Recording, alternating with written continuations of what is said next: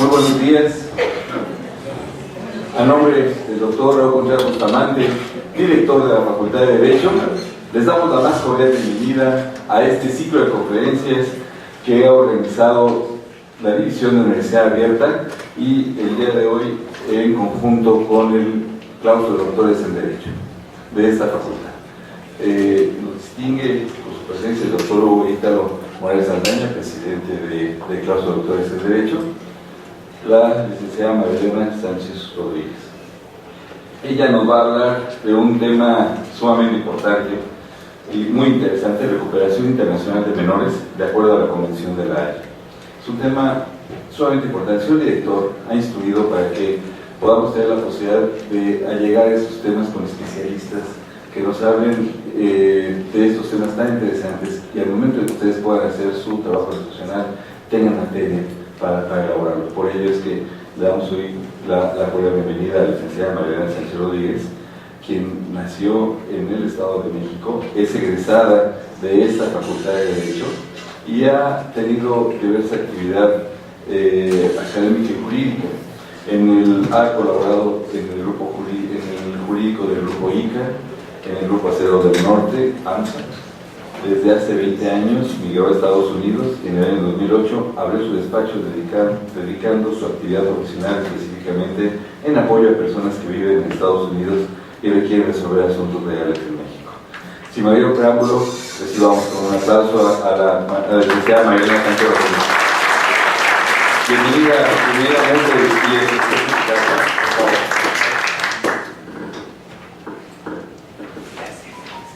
Primero que nada, muchísimas gracias por permitirme estar con ustedes el día de hoy. Creo que el tema les puede interesar, no se maneja muy comúnmente, pero bueno, vamos a tratar de darles una pequeña idea de qué se trata y de qué podemos hacer en un momento dado si nos encontramos en una situación similar. Okay. El tema es restitución internacional de menores.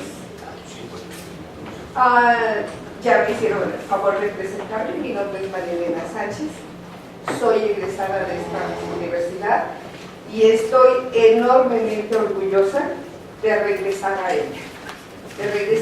Y aportando como una pequeña arenita a la comunidad. Me encantan esas cosas y gracias por su asistencia.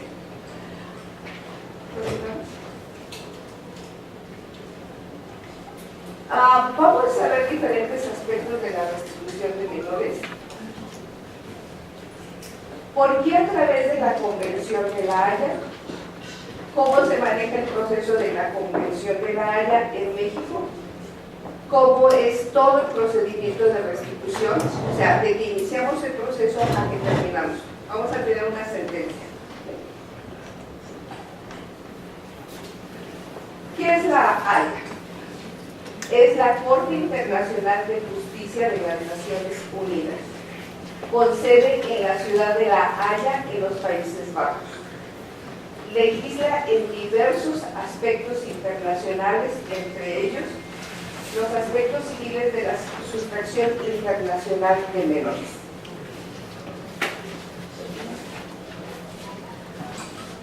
¿Cómo se da este nexo entre la Convención de la Haya y México? Okay. México, congruente con el respeto de los derechos fundamentales de los menores, signó en 1980 el convenio, convirtiéndose en un tratado internacional. O sea, un convenio se convirtió en un tratado internacional para México en el momento que lo firma el presidente y es ratificado por el Senado. En ese momento ya tenemos un tratado internacional. ¿Okay? Se designa como autoridad central de México a la Secretaría de Relaciones Exteriores.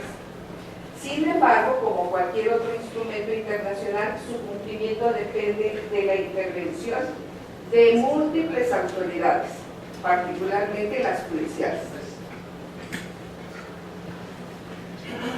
En el proceso de restitución hay diferentes pasos y vamos a comenzar se inicia el proceso con la denuncia sobre la desaparición de los menores. Sigue la petición a la Haya, el envío de la petición a la autoridad central del país solicitante.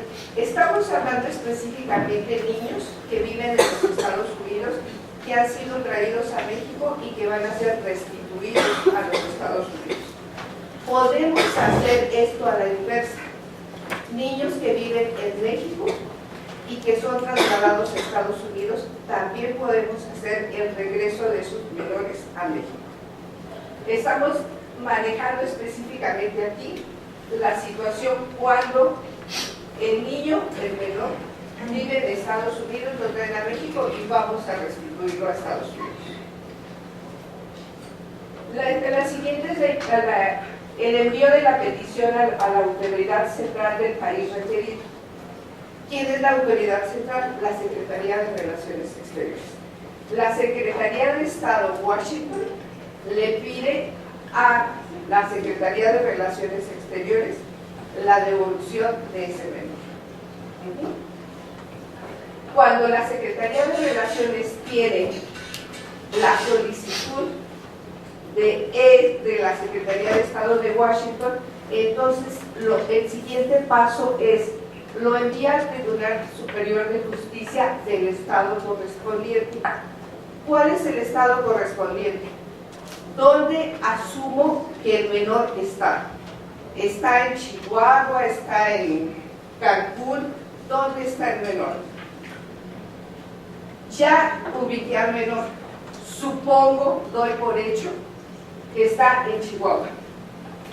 El Tribunal Superior de Justicia del Estado correspondiente es Chihuahua, porque doy por hecho que el menor está ahí.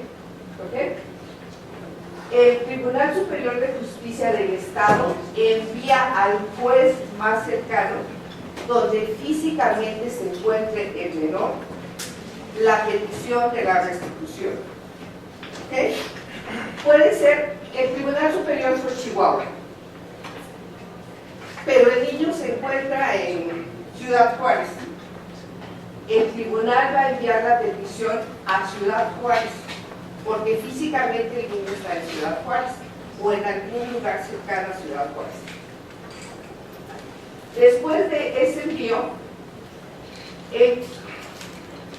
el juez da entrada a la petición, y yo siempre digo que en ese momento al juez le cae una papa caliente.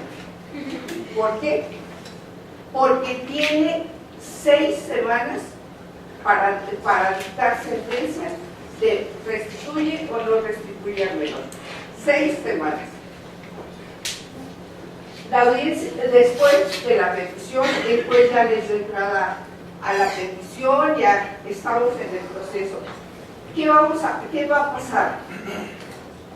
En ese momento, el juez va a señalar una audiencia para definir si restituye o no restituye al menor.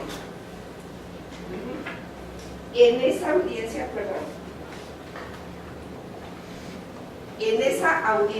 es la más importante de todo el proceso. ¿Por qué? Porque en esa audiencia se va a decidir toda la situación del menor. O se restituye o no. Pero es una sola audiencia. Y más vale que nuestras antenitas estén muy arriba, porque solo tenemos una oportunidad, la audiencia. Normalmente, en esa misma audiencia se dicta la sentencia. ¿Ok? ¿Por qué se dicta la sentencia en ese momento? Porque estamos hablando de que el menor tiene que ser restituido a la brevedad posible al país solicitante. En este caso, el ejemplo sería, tiene que ser devuelto de inmediato a los Estados Unidos. Está en México, hay que devolverlo a Estados Unidos. Después, en esa audiencia en la que ya dictamos la sentencia, una cosa muy importante, la sentencia no admite apelación. ¿Sí? Y ahora vamos a ver paso por paso todo el proceso. La denuncia sobre la desaparición del menor. yo padre, que he perdido a mi hijo porque mi esposa se lo llevó a México, es el ejemplo, voy a acudir ante la policía del lugar más cercano a donde vivo, diciéndole, ¿sabes qué? Mi hijo está extraviado, se lo llevó la mamá, etc. Se pone la denuncia. ¿Por qué es tan importante? Porque ahí se inicia el proceso y ese es mi documento con el que yo voy a comparecer ante las oficinas del área. ¿Seguimos? Ok, en ese momento, con mi denuncia de la desaparición del menor, yo acudo a la oficina de la Haya. ¿A qué oficina? A la más cercana, que de acuerdo a mi ubicación, donde físicamente yo vivo, se encuentra. Ahora veamos los requisitos para la aplicación de la Convención de la Haya. ¿Okay? Primero, presentar la solicitud ante la oficina de la Haya en el lugar de residencia, ya lo dijimos. El menor debe tener menos o 16 años. Si yo tengo un menor de 17 años, el convenio no opera. El máximo son 16 años. Hacer la petición dentro del año en el que el menor o los menores fueron sustraídos. ¿Por qué es este requisito? Se da por hecho que el padre o la madre peticionario tienen más fresco todos los acontecimientos que sucedieron cuando se da la desaparición del menor. Entonces, vas a tener que hacer una relación, pues entre más fresco lo tengas, mucho mejor. Y aparte, la propia Convención de la Haya dice, tú me tienes que hacer la petición de restitución dentro del año siguiente a que el menor haya desaparecido o haya sido sustraído. ¿Okay? Especificar, este punto es importantísimo, especificar si se solicita la restitución o el derecho de visita, dos cosas diferentes. Yo, padre, quiero que me devuelvas a mi hijo que te llevaste a otro país, o yo, padre, quiero que me des la alternativa de visitarlo, de que tenga vacaciones conmigo, de que podamos hablar vía Skype o cualquier otro sistema, pero que estemos en contacto con el menor, porque nada de lo que vamos a decir aquí tiene que ver con los derechos del papá o con los derechos de la mamá. Todo esto está referido a los derechos del menor. Lo que cuidamos son los derechos del menor, no de papá, no de mamá, del menor. ¿Ok? Dentro del proceso debemos informar a la autoridad si tenemos la custodia legal o efectiva. Legal, un juez dictó una orden diciendo que la custodia la tengo yo padre o yo madre, o lo damos por hecho. ¿Por qué? Pues porque soy el papá de la mamá, nunca hemos ido a ningún juicio, ningún juez ha dicho que yo tengo la custodia o que tú tienes la custodia. Se da por hecho, ¿por qué? Porque es mi hijo. Entonces, puedo tener o no la custodia legal o efectiva, de hecho. Comunicar si el menor tiene residencia habitual en el país solicitante. Esto es importantísimo. Yo no puedo restituir a un menor que haya vivido menos de 3 meses en ese domicilio. ¿Por qué? Porque la convención señala que el menor como mínimo debe vivir 3 meses en ese domicilio. Si no, no se entiende que el menor tenga su residencia habitual donde yo estoy queriendo decir que la tiene. ¿Okay?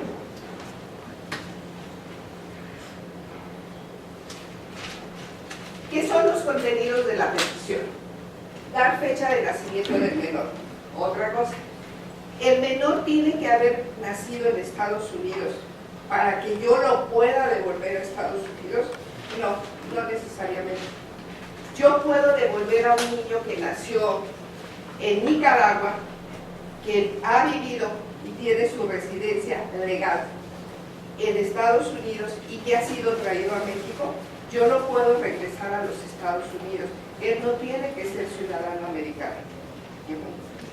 Simplemente es, menor, has vivido más de este tiempo acá, te restituyo al lugar donde legalmente se considera que es tu domicilio. ¿Ok? Informar sobre la posible ubicación del menor. ¿Por qué? O tengo perdido al menor, o sé que el menor está en Yucatán, que está en, no sé, en Guanajuato, o dónde puedo ubicar al menor. ¿Por qué? Pues porque las autoridades que ahorita vamos a ver tienen que ser específicamente del lugar donde yo estoy dando por hecho que el menor se encuentra. ¿Ok? Proporcionar datos acerca de las personas que presuntamente tienen al menor. ¿Por qué? ¿Cómo le pido a la autoridad que me ayude a recuperar a un menor que tiene quién? O sea, debo especificarle que supongo o que afirmo que lo tiene la madre ubicada en Mérida, pero especificar dónde tengo al menor, porque si no tengo menor, no tengo juicio. Puede ser que el menor en un momento dado lo esté cambiando de domicilio, pero originalmente, cuando yo presento mi solicitud, tengo un domicilio, que va a ser generalmente el domicilio del juez que conozca el caso. Aunque luego lo trasladen a otro lado, el juez que conoce el caso es donde estaba el menor al momento que estamos solicitando la restitución. Presentar una narración detallada de los hechos, porque entre más información proporcione del menor, fotos, mide tanto, es güerito, es morenito, es delgado, etcétera, para la policía en un momento dado va a ser muy importante. O sea, ¿a qué menor localizo?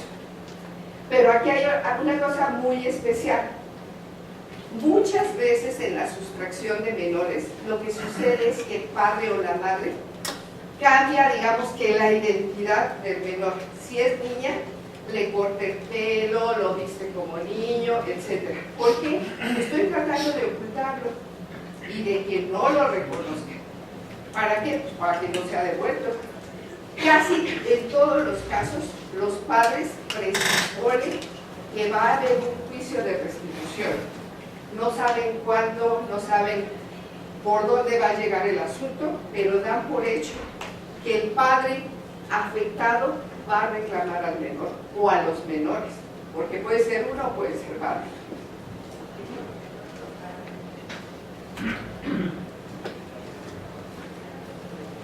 Ahora, ¿qué documentos tengo que aportar para la petición? Todos los documentos que yo aporte en este momento van a ser la prueba cuando vayamos a la audiencia ante el juez. Entre más pruebas pueda ofrecer, mucho mejor. ¿Y por qué las ofrezco en este momento, aunque todavía no estoy delante de un juez? Simplemente porque si estamos hablando de documentos que se van a mandar de Estados Unidos a México, yo tengo que haber legalizado, apostillado documentos. La única ventaja aquí que yo no voy a tener que hacer es la traducción. Si yo quiero presentar un documento del extranjero, yo tengo que traducirlo y apostillarlo. Si yo lo hago a través de mi solicitud, la autoridad central del país, en este caso Estados Unidos, se encarga de todo ese proceso para traducir los documentos, para darles legalidad. Cuando todos los documentos llegan a México, están legalizados. El simple hecho de que hayan pasado a través de la autoridad central de Estados Unidos da por hecho que están legalizados. El juez mexicano no me va a requerir traducción o cualquier otro requisito. Ya dio por hecho que los documentos son legales y así se presentan. ¿Ok?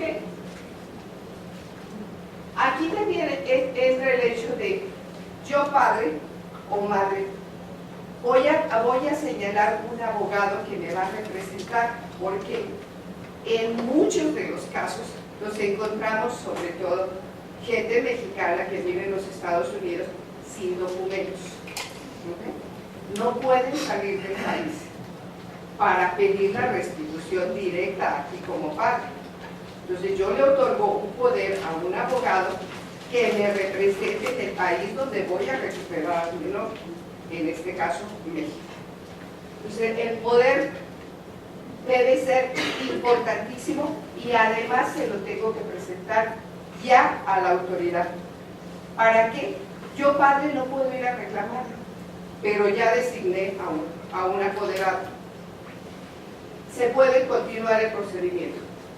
Fotografías para identificar al menor, al sustractor y a toda familia que yo considere que están relacionados con esa sustracción. Porque puede ser que la madre se lo trajo, o el padre, indistintamente, pero una vez que está en México, puede ser que se quede a cargo de la abuela, la tía, el primo. Entonces yo necesito, entre más información tenga sobre toda la familia que rodea al ámbito de mi hijo sustraído, mejor. Yo le voy a entregar todas esas fotos a la policía para que cuando ellos estén en su proceso de búsqueda les sea más fácil localizar a cualquiera de los parientes y seguirle la pista al menor. Ok, hay otras pruebas que pueden presentarse o no. ¿Como cuáles? La mamá que se lo trajo tenía antecedentes penales en los Estados Unidos. Tenía antecedentes de violencia doméstica o había sido sometida a un programa de violencia doméstica, por violencia doméstica. Todos esos son elementos que a mí me van a servir a la hora de presentar mis pruebas. Entre más pruebas pueda aportar sobre lo que yo estoy afirmando, yo padre solicitante estoy afirmando algo, lo tengo que probar. Si no lo puedo probar, no lo ofrezcas. Porque entonces se te puede revertir el asunto. Otra de las pruebas puede ser la de ADN, porque a lo mejor el padre o la madre, cuando tienen al menor aquí, dicen que el niño no es hijo de ellos, aunque puede ser que exista un acta de nacimiento. Ah, no es mi hijo, bueno, fíjate que tengo una prueba de ADN, entonces sí es mi hijo y sí lo puedo pedir, ¿verdad? Puede ser lo que ya dijimos, que tenga el documento legal de custodia o que tenga la custodia de hecho. Vive conmigo, es mi hijo, yo lo mantengo, etc. Todos los documentos enviados al país referido, en este caso a México, si estamos hablando de Estados Unidos, México, todos los documentos enviados a México deberán estar legalizados y en su caso apostillados. Muy importante cómo presentamos nuestras pruebas, porque va a ser lo que en un momento dado el juez va a valorar. ¿Para lo restituyo o no lo restituyo?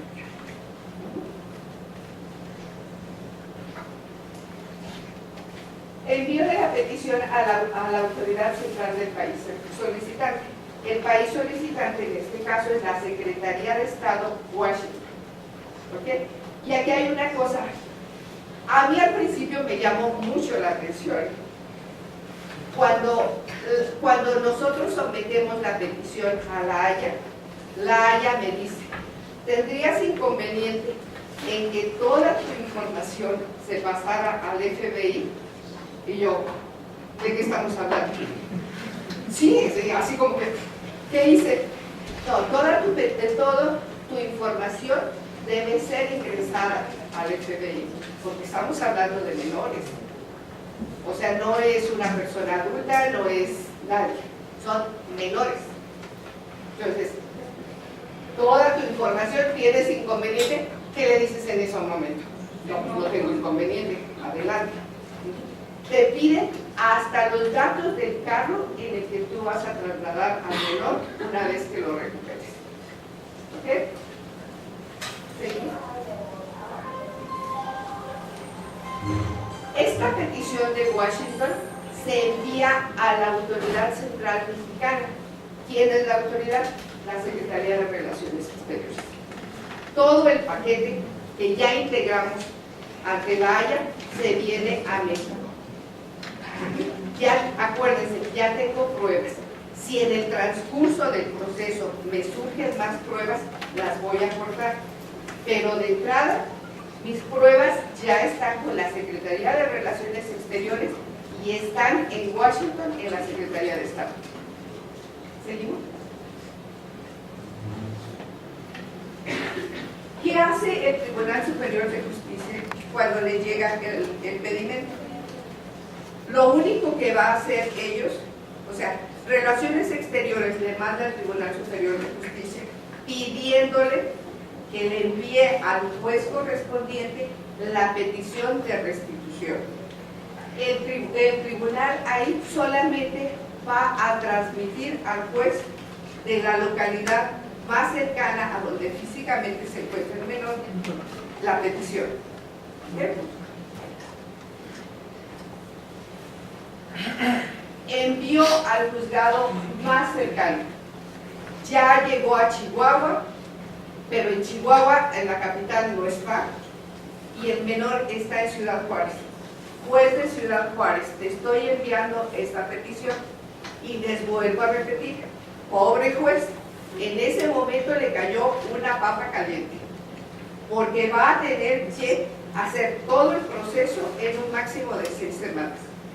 Puede ser que en un momento el juez tenga elementos para extender esos 6 meses.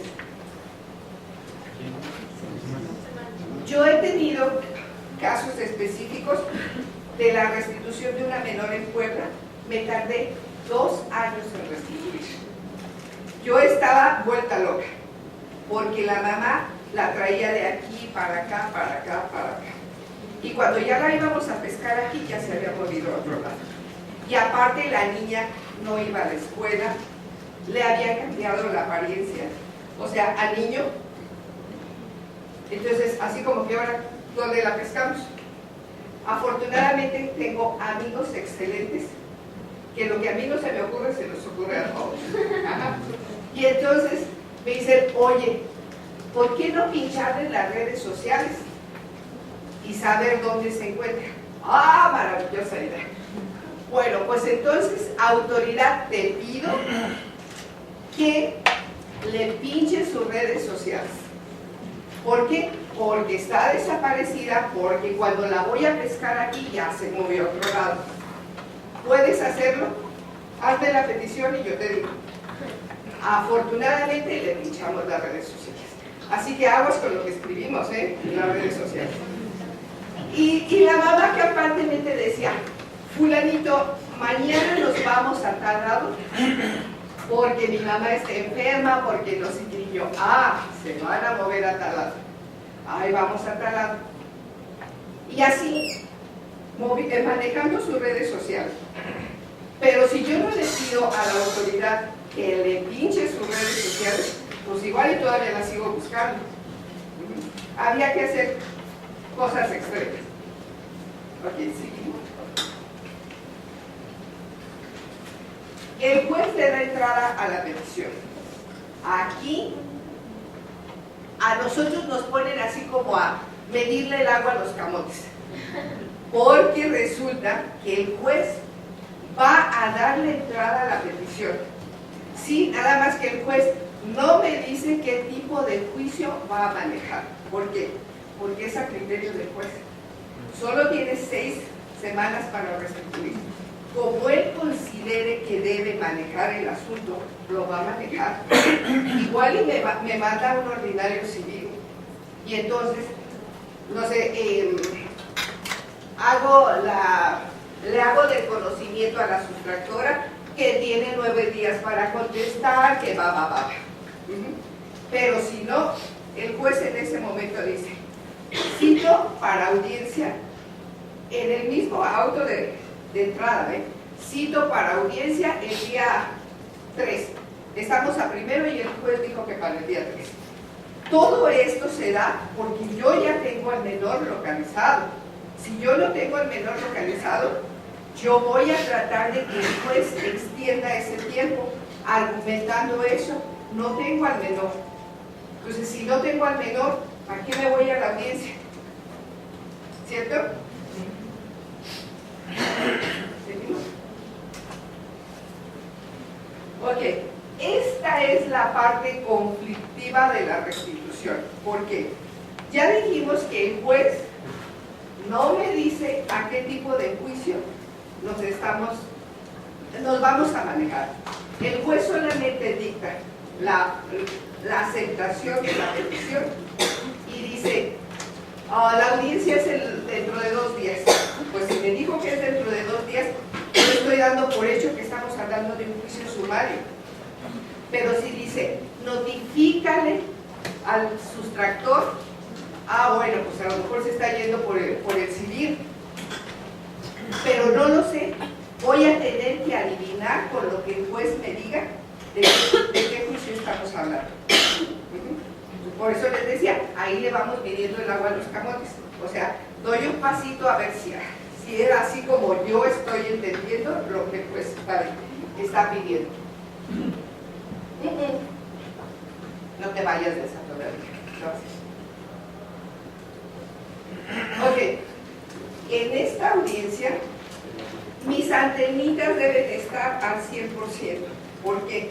Porque puede ser que el juez ya se tomó todo el tiempo para decidir que el juicio va a ser un ordinario civil. Y entonces todo el tiempo del mundo para presentar pruebas, si es que tengo otras que se han generado durante el tiempo que ha pasado. ¿Okay? De lo contrario, el juez va a citar a la audiencia.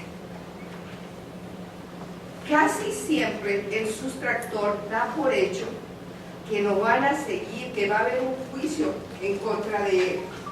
¿Y qué va a hacer en ese caso? Ya tiene un abogado. Todos los casos que he manejado, el sustractor tiene abogado. Y qué felicidad para mí. ¿Por qué? Pues porque entonces tú tienes abogado, yo represento a la otra parte, no tenemos ningún problema en la audiencia. Las partes están representadas. Y además, mamá o papá, estás físicamente ahí. ¿Ok? Ya tengo la mayor parte del asunto.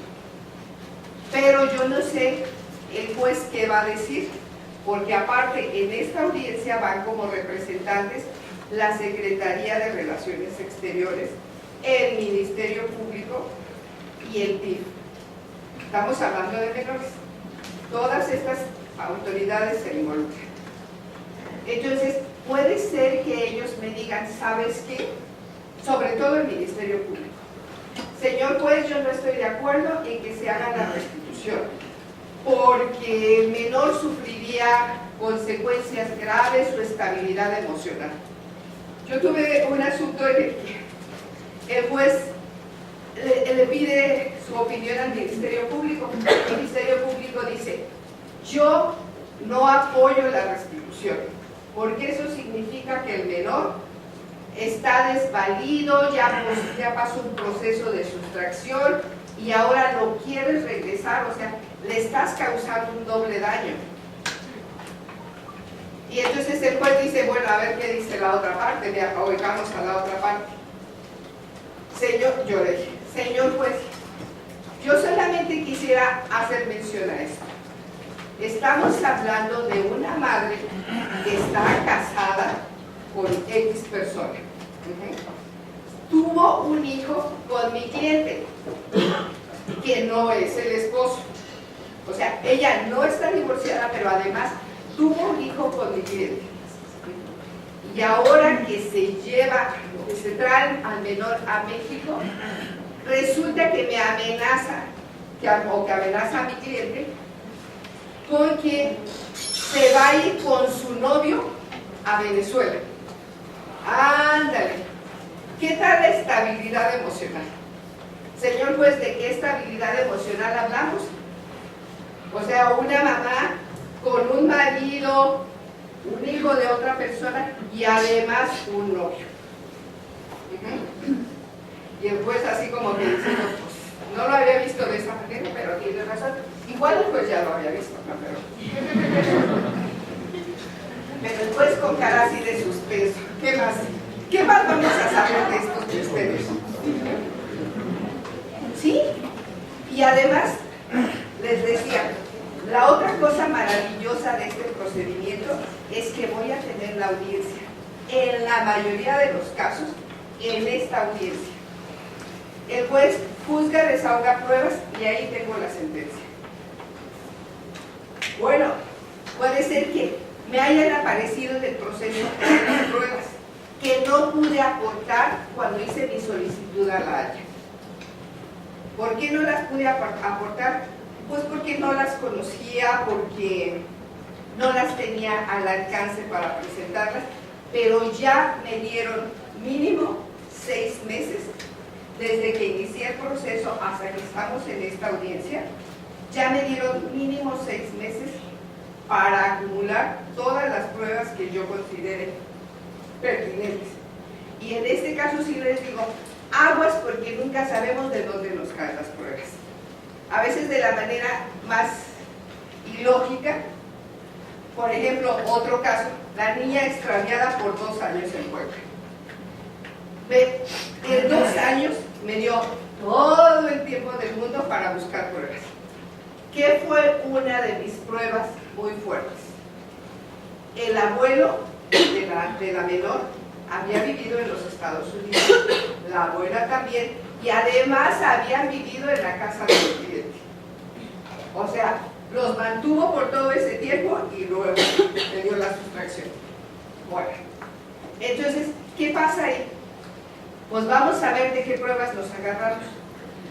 Pues resulta que hay que hacerle una investigación al señor durante el tiempo que estuvo en los Estados Unidos. ¿Qué pasó? Al señor lo pescaron manejando sin licencia, en estado de ebriedad y bajo el consumo de drogas. ¡Qué maravilloso expediente! ¡Qué bueno que apareció! Entonces, ¿sabes qué? Oficina de récords, por favor, dame una copia de esto porque lo necesito para un juicio así, ya sabes. Ahí te va tu copia. Y la abuela, como muchos casos, por supuesto que no la iba a defender, ella era mi contraria. Entonces, la abuela había conseguido un documento porque trabajaba en un hospital muy grande y le dieron su gafete. En el gafete se llamaba Juanita Pérez y la realidad es que era Margarita López, pero era la misma persona, o sea, la foto. Entonces, qué perfecto, me estás dando otro elemento. Aparte de todo, eres mentirosa. No te lo digo, pero ahí va la prueba. ¿Sí? Yo pues no te tengo que decir nada, más te aporto las pruebas. Me aparecen unas fotos porque el abuelo era ex policía judicial. Se las sabía de todas y por eso había estado cambiando a la menor por todas partes. Y nos trajo hecha la loca por 2 años. Bueno, pues el abuelo resulta que se tiene que lucir ante su hija, ante su hijo, que también era un menor de edad para ese momento. Okay. Y el abuelo, curiosamente, como soy policía judicial, a mí me vale y yo hago todo lo que quiero, se había llevado una metralleta a su casa y una pistola. Y se toman fotos. O sea, a la mamá de la menor con la metralleta, al hijo menor con la metralleta y además con una pistola, un calibre fuera de él. Y resulta que ellos se toman las fotos. Cuando mi cliente, en una ida antes, porque era una pareja conflictiva, o sea que si la esposa se venía, que si se regresaba, que papá, dice, oye, espérate fulanita, esa cámara es mía. No, ni creas que te la voy a devolver. Ok, pero entonces él les quita el chip a la cámara. ¿Qué cámara era? No tengo la menor idea. Pero resulta que el cliente me lo cuenta, así como algo chistoso. No, y cuando fui a México le quité el chip a la cámara. ¿Y qué fotos tenía? No sé, nunca las he visto. Pues ahorita se me va a su casa y checa las fotos. No sabemos qué puede tener. Y yo, bingo, las fotos que tenía eran a la mamá y al hijo al hermano de la mamá, menor de edad, con una metralleta y una pistola. Divinas fotos, sonrientes y muy buenas. Perfecto. Pues ahí te van mis pruebas. ¿Qué pasa? El Ministerio Público, como siempre, dudando de...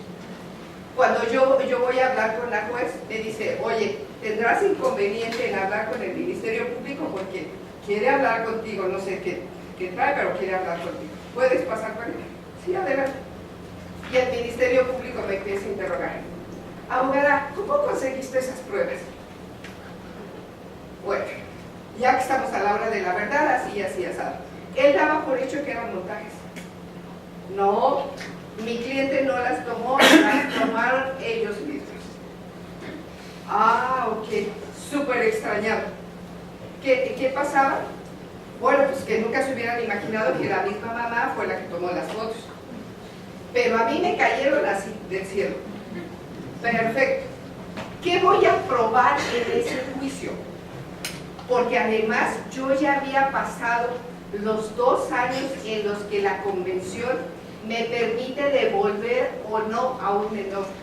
La convención dice, si de que inicias el juicio, pasan 2 años y tú no recuperas al menor, el menor se va a quedar allá. ¿Por qué? Porque se va a buscar la estabilidad del menor. No la conveniencia del papá, no la conveniencia de la mamá. ¿Qué es mejor para el menor? Bueno, que después de 2 años ya se habituó ahí. Ah, pues sí, resulta que sí. Yo estoy de acuerdo contigo, pero lo que a ti se te olvida es que los hijos de narcotraficantes se habitúan a su ambiente. Los niños tienen la capacidad de habituarse a todo su entorno. Eso no quiere decir que es lo mejor para el menor. Entonces, pues, algo así, porque si no me vas a restituir a la menor, la vas a dejar ahí, pues como que el asunto se pone delicado. Sobre todo porque después de 2 años de búsqueda de esa menor, cuando finalmente Interpol la localiza, resulta que la juez le da la custodia momentánea, custodia es un decir, o sea, le da la posesión de la menor a la madre por el periodo hasta que lleguemos al día de la audiencia. A mí casi me da el infarto cuando me enteré. Oye, la busqué por 2 años y se la estás dejando a la mamá. Pues, ¿de qué se trata? Y yo dije, o la juez está vendida o le están amenazando. Mi imaginación volando a 1000 por hora, pues no había de otra. No, la juez dice, yo la dejé en manos de la mamá porque la mamá asegura que la niña estaba enferma. Yo no quería arriesgarme a que la menor sufriera una enfermedad seria y demás cuando estamos en el proceso de restitución, y además ya estaba con mi resguardo, o sea, el resguardo de la juez. Tienes toda la razón, pero en ese caso, juez, tú debiste haberme avisado a mi padre. ¿Para qué? Para que yo la internara en un hospital. Si de verdad la menor está tan mal, pues la internamos en un hospital en este momento, el papá se hace cargo. Ese no es el problema. El problema es que tú se la dejas a una mamá que la ha traído del tingo al tango por 2 años. Pues esa fue la resolución de la juez y pues no había de ver. Cita para la audiencia. En la audiencia salen todas las pruebas que nosotros habíamos presentado. Oh, sorpresa, yo digo, por favor, abogado contrario, yo no te tengo que venir a enseñar nada, pero me queda claro que tú ni leíste el expediente, Chihuahua. Claro que era un bonche de este perro. No lo leíste, no me rebatiste ninguna prueba, no dijiste nada sobre la petición, solamente alegaste que se me había pasado el término para recuperar a la menor porque habían pasado más de los 2 años. Pero, señor juez, Ya dijimos que los menores se adaptan a todo. Entonces, como que aquí no opera esa situación. Finalmente, la juez en la sentencia nos aprueba la restitución. Bueno, en ese momento les puedo decir que que el otro abogado que me estaba apoyando en el caso de Puebla y yo nos sentíamos parte de los bandidos de Río Frío. Salimos por el sótano de Ciudad Judicial, no sé si alguien conoce los juzgados de Puebla, por el sótano de Ciudad Judicial, un carro, no de patrulla, pero sí con policías detrás de nosotros. Y entonces nos empiezan a llamar diciendo, hey, salte de esa ruta y vete por acá porque traemos otro carro detrás de nosotros. Acuérdense que estamos hablando de un ex policía judicial. Además, furioso, porque él nunca esperó que la juez aprobara la restitución. Y la pobre juez, en el momento que dicta la sentencia, me mira con cara de angustia y me dice, ya te devolví a la menor, ¿a qué horas te vas? Y yo, ahorita que me la entreguen, nosotros desaparecemos. Salimos, llegamos al aeropuerto, porque hay que salir de ahí, pero ya. Llegamos al aeropuerto, vuelo demorado, dentro de 3 horas es tu vuelo.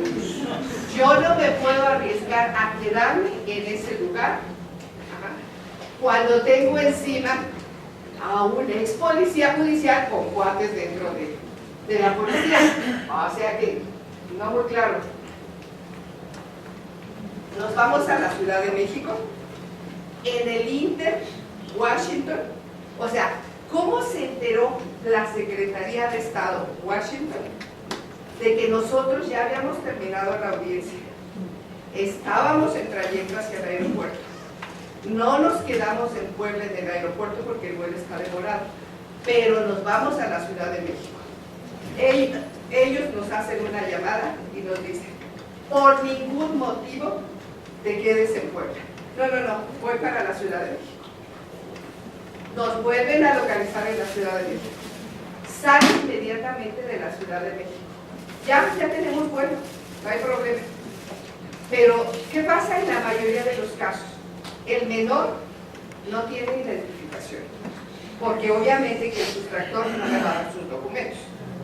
O sea, yo traigo un acta de nacimiento del menor, pero hasta ahí. O sea, pasaporte si es que el menor lo tiene, olvidémoslo. Identificaciones tampoco. ¿Qué pasa? La aerolínea no nos quiere vender boletos en esas situaciones porque debe haber identificaciones.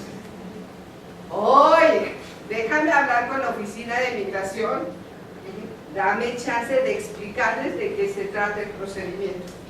Afortunadamente en todos los casos nos han echado la mano. Mira, es un asunto de sustracción internacional de menores, estamos recuperando al menor y vamos camino hacia la frontera. Ok, déjame sacarle copia. Todo el bonche de cosas, sentencia y demás, déjame sacarle copia. Oye, si lo que quieres irme, por favor, déjame sacarle copia y ahorita seguimos. Ya, volamos. Estamos en Tijuana. O sea, lo podemos ingresar por cualquier puerto de entrada. No tiene que ser Tijuana. Yo digo Tijuana porque ha coincidido en muchos de los casos que sea California el que está requiriendo al menos. Llegamos a Tijuana. Esta coordinación se debe hacer así como relojito. Yo no me puedo brincar un paso, no puedo dejar de hacer nada porque estoy corriendo el riesgo, la restitución de la menor y obviamente a la menor o al menor. Entonces, ¿qué pasa en ese momento? Te informo que tengo al menor.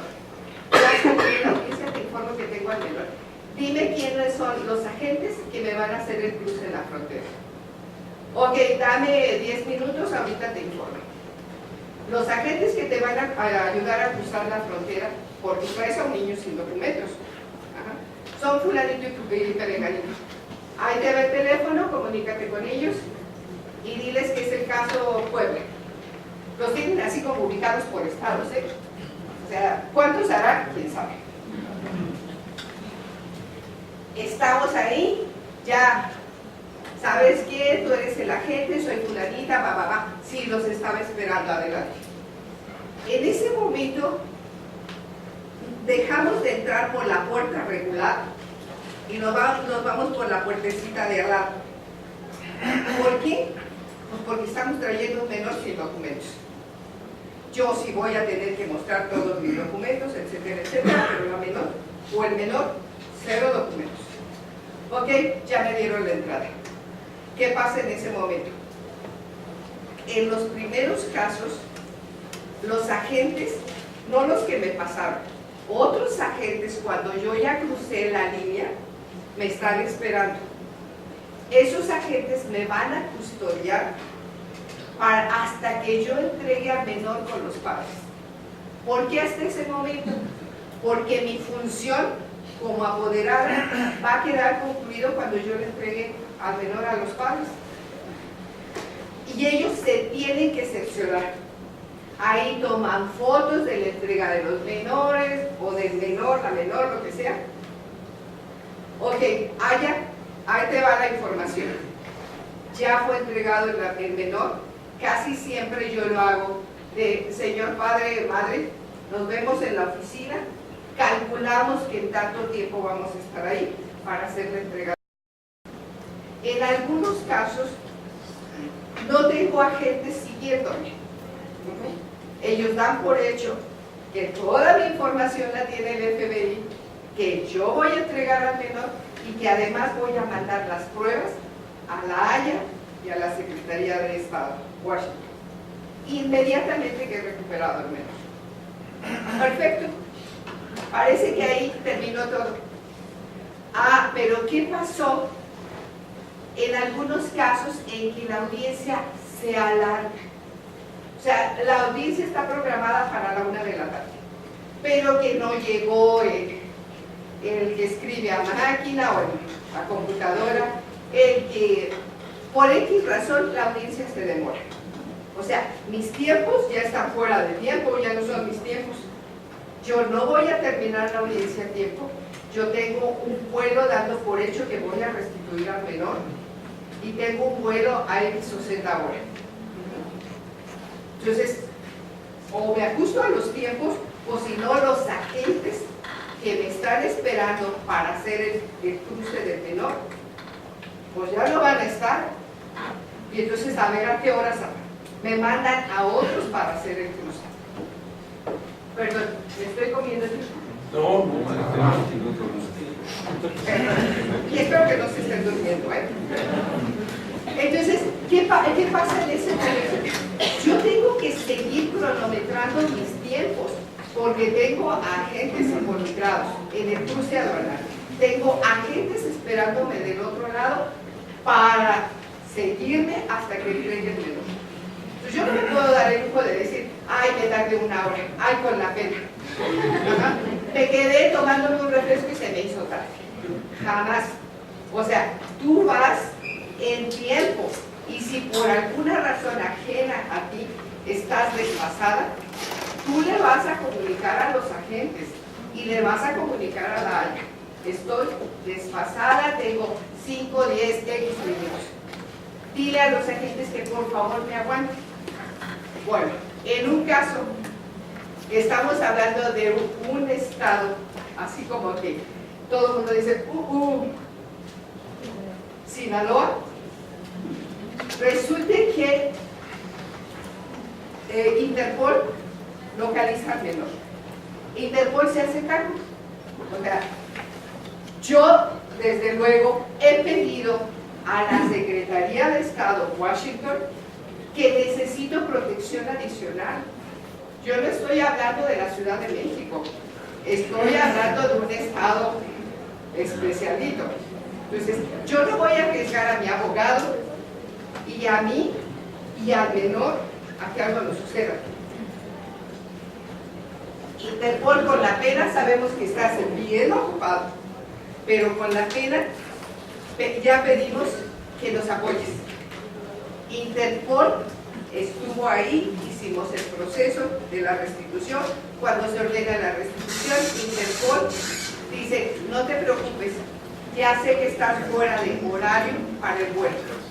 Estamos hablando al aeropuerto para que detengan el avión hasta que lleguemos. La abogada que hizo el traslado, porque yo, miedosita un poco, yo no quería ir a ese estado. Entonces, oye, por favor, te encargo, ya pedí protección, pero encárgate y entrégame al menor en Tijuana. Porque el vuelo, con la pena, señores pasajeros, el vuelo está demorado. Ajá. Por instrucciones de Interpol. Hasta que la abogada y el menor estuvieron en el avión pudo despegar. O sea, que funcionan las autoridades, pero por supuesto que funcionen. ¿Qué tenemos que hacer? Pedírselo por los carriles adecuados. Si no lo hacemos así, pues bueno, nos vamos a frustrar, vamos a hablar mal de ellos, vendidos, corruptos, No, señores, no se lo pedimos bien. El día que se lo pidamos bien, ellos van a tener que responder como autoridad. Y además, porque estamos hablando de dos países cuyas autoridades están involucradas contra otro país cuyas autoridades están involucradas. Nada por hacer. O cooperan o cooperan. Por eso lo maravilloso de estos juicios. ¿Cuánto tiempo me voy a llevar? Pues a lo mejor entre 6 y 8 meses. ¿Cuánto tiempo me llevo en un proceso diferente del de Haya? Pues a lo mejor 2 o 3 años y no logro la restitución. ¿Nos encanta o no nos encanta el convenio? Regalado. La pasamos rápida porque estamos sobre el tiempo. Ok, algo muy importante de este proceso. La sentencia que se dicta en estos juicios, estamos hablando de un tratado internacional, ¿eh? La sentencia que se dicta en este juicio no admite apelación. Y tu padre o madre, inconforme con la sentencia, ¿te quieres ir al amparo? ¡Felicidades! Porque cuando tú te vayas al amparo, yo ya tengo al menor en el otro país. Pídemelo.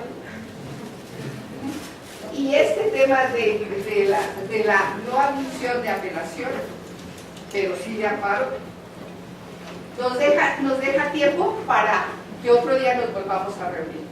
Mil gracias por permitirme el estar con ustedes el día de hoy.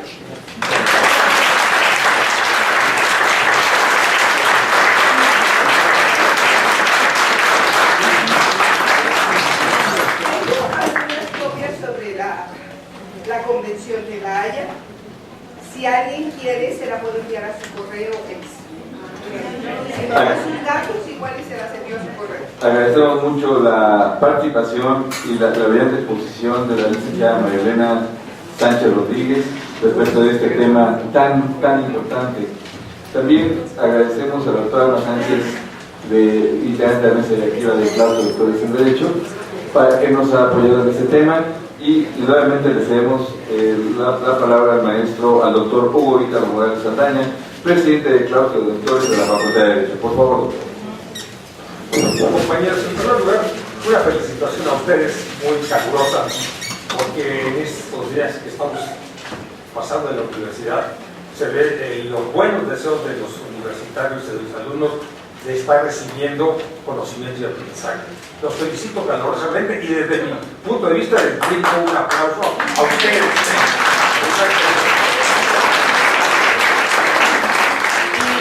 Indiscutiblemente que la conferencia de la maestra María Elena Sánchez es todo un aprendizaje. Lo único malo es que el tiempo nos apremió, pero creo que como universitaria y egresada de la facultad la comprometemos a que regrese en fecha próxima para continuar dándonos conocimientos tan profundos. Muchas gracias.